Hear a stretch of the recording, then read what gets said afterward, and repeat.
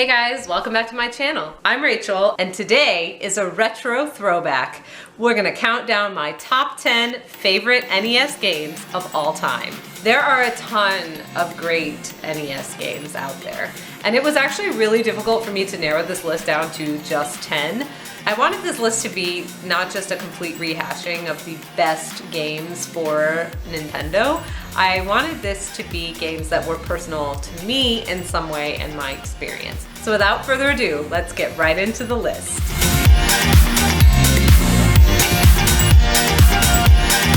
DuckTales was originally released in 1989. It was originally developed by some of the same team that also developed Mega Man 2. It's a pretty straightforward action platformer based on the Disney DuckTales franchise. It only has 5 levels, so in modern gaming standards, you can beat this game pretty quickly. So when I was a kid, I played a lot of Disney games and just in general kid-friendly games, and DuckTales was one of them. We actually didn't own DuckTales, but I was able to play it at one of my friends' houses, and I don't think I ever even beat it. I think we just played the same stages over and over again. But luckily later on in my teenage years, I was able to go back and complete this game for real. Sadly, it is one of the games on this list that I actually don't own the cartridge for. DuckTales is pretty awesome. It's a really, really fun platformer. The controls are really good. It doesn't feel cheap or floaty like a lot of NES platformers do. The music's pretty great, which is maybe a testament to why this game is on tons of best of lists. I just remember how much fun I had playing this game.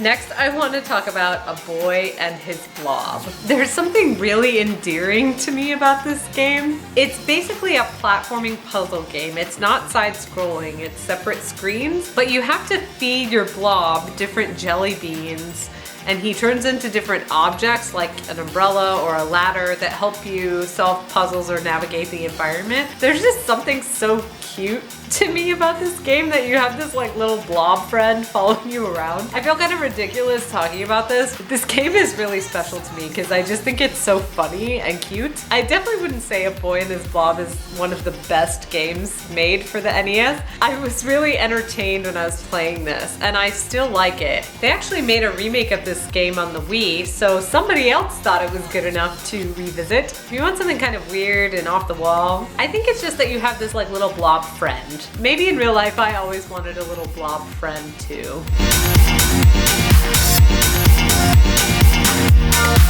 Ninja Gaiden was released in the US in 1989, but I did not play this until much later. I used to work in a video game resale store, and that's when I was able to play a lot of NES games that I had missed. Because like I said, I was kind of young in the 80s, so if there were games that were a bit more mature or more violent, I missed a lot of them. Now I may be conflating Ninja Gaiden and Ninja Gaiden 2 in my memory a little bit.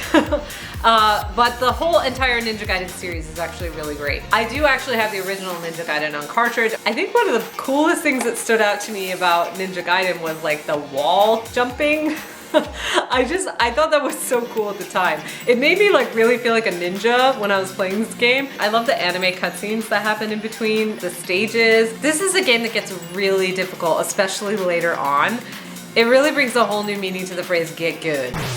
It's really an awesome game though, and plus you get to play as a ninja. Ninja Gaiden is another game that also appears on a lot of best of lists, and I think there's a reason for that. It's a really good game. If you've ever wanted to fulfill your dreams of being a ninja, Ninja Gaiden is it.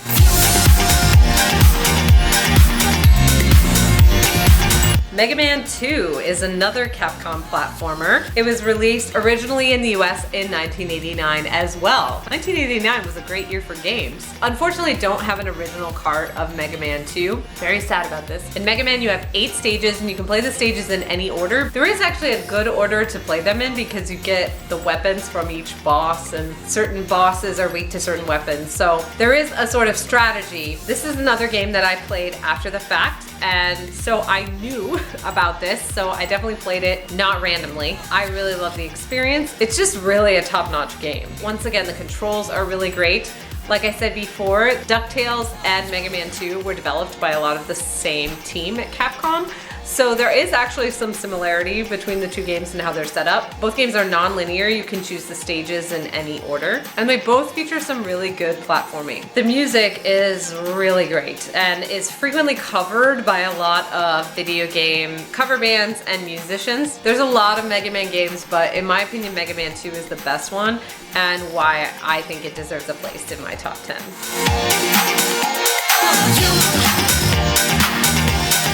Now, I'm a huge fan of JRPGs in general, so I felt like I had to include Final Fantasy. It was released originally in 1987 in Japan, but did not come to the US until 1990. Now, Final Fantasy was also not the first Final Fantasy game I ever played. It still remains a great entry in the series. It sets up a lot of the conventions that become mainstays throughout the rest of the series. It is really hard, I have to admit. You will leave the town and probably immediately die to monsters. It requires a lot of grinding and a lot of leveling up so that you can even face the monsters that are sprinkled throughout the world. It also features random battles, which in our modern gaming days may feel a bit tedious, but I personally love this style of game. Once again, I really love this game's storytelling. Now, I actually think the port of Final Fantasy that was released on Game Boy Advance is actually superior to this game. They fixed a lot of the translation issues.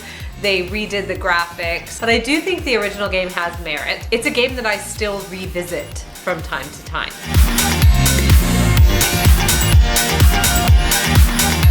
Castlevania was originally released in 1986, but came to the US in 1987. Now, as I said in one of my previous videos, my first entry into the Castlevania series was actually Symphony of the Night.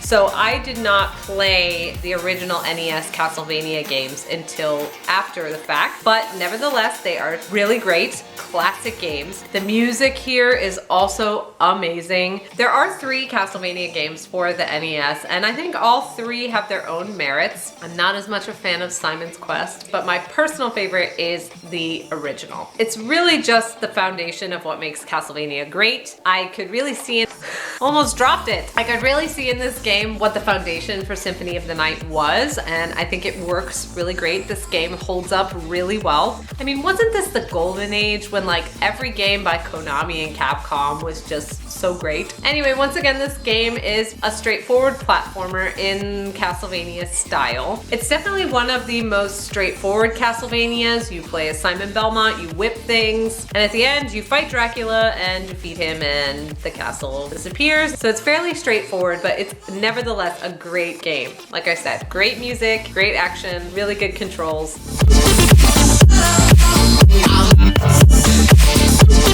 Next, I'd like to talk about a personal favorite of mine, Shadowgate.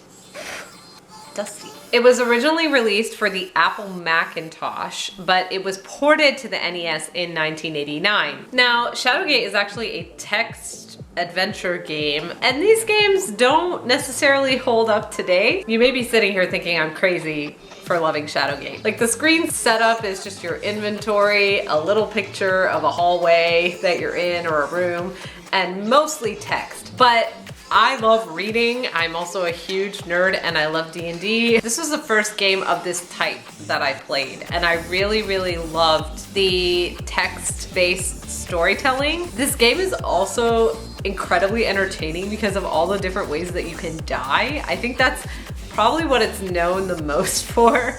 The game will describe your gruesome death. It's basically just a text-based RPG with very little actual action happening on the screen. So if you're a fan of really text-driven games, you may enjoy this, but just be warned, it's definitely not what we get in our modern storytelling and media these days. Something about this game just like really speaks to me, and I really, really love it. Snack break.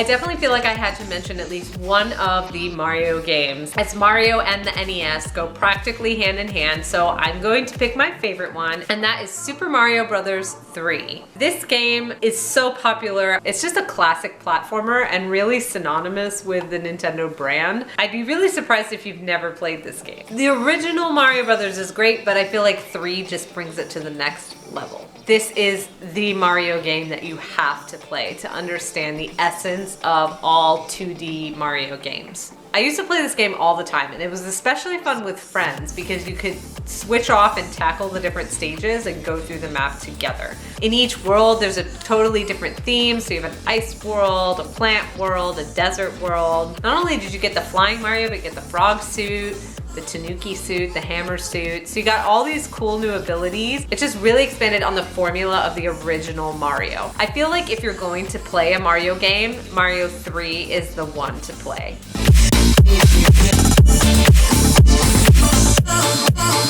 Now we're gonna talk about Bobble. I freaking love this game.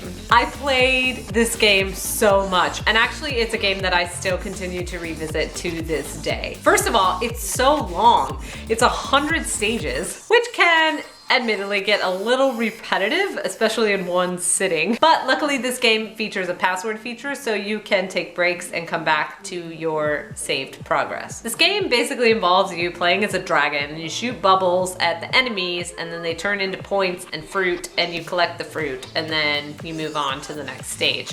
And each stage is just one screen, so it's a fairly simplistic formula. I really love this game. It's so endearing to me. I have so many memories of playing this when I was young, and even later as an adult, and it continues to be just one of my favorites. I do have to admit, by the end of stage 100, you're a little sick of the music because you hear that Bobble song through the whole game.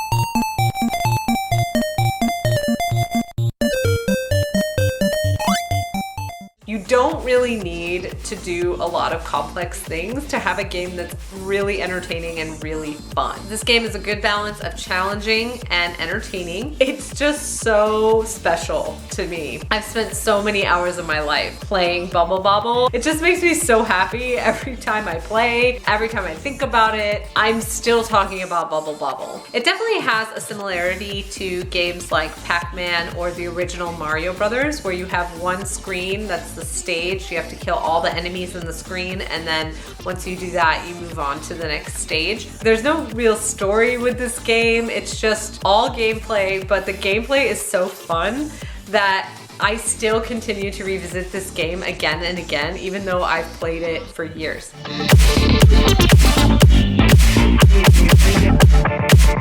And the last game we're going to talk about today, if you have been watching any of my other videos, you may have guessed this. My favorite game of all time for the NES is the original Legend of Zelda. I mean, this game really started it all for me. Some of my earliest memories are watching my dad play this game. And I think this really is what started me on the path to being a gamer. So there's a lot of emotion surrounding this game for me, in addition to it just being an overall really great game. Zelda really was ahead of its time when it came out. If I had to pick just one favorite game for the original Nintendo, I think Zelda would be it. I just remember how massive the game felt at the time. The overworld map was huge. There were so many dungeons, and I felt like there were so many puzzles to solve. The game took forever. It's funny because at this point, I can sit down and beat the original game in an afternoon. I continue to revisit this game again and again. The Zelda series is one of my favorite series of all time, and the original is what started it all for me. So it will always have a very special place in my heart. And if for some reason you have not played this game, go out there and play it right now. It still holds up today. You'll see the origins of the modern Zelda formula. There's actually quite a lot of items to collect for it being such an early game. There's a story. I mean, just everything about this game. I personally think that The Legend of Zelda is the best game for the original NES. Hope you enjoyed counting down these top 10 games with me. I would really love to know your favorites, so please leave me a comment down below. Like I said, there are a ton of NES NES games that are really, really amazing. I know I didn't list all my favorites. I'm worried I'm gonna start a war. If you like this video, I would really appreciate a thumbs up.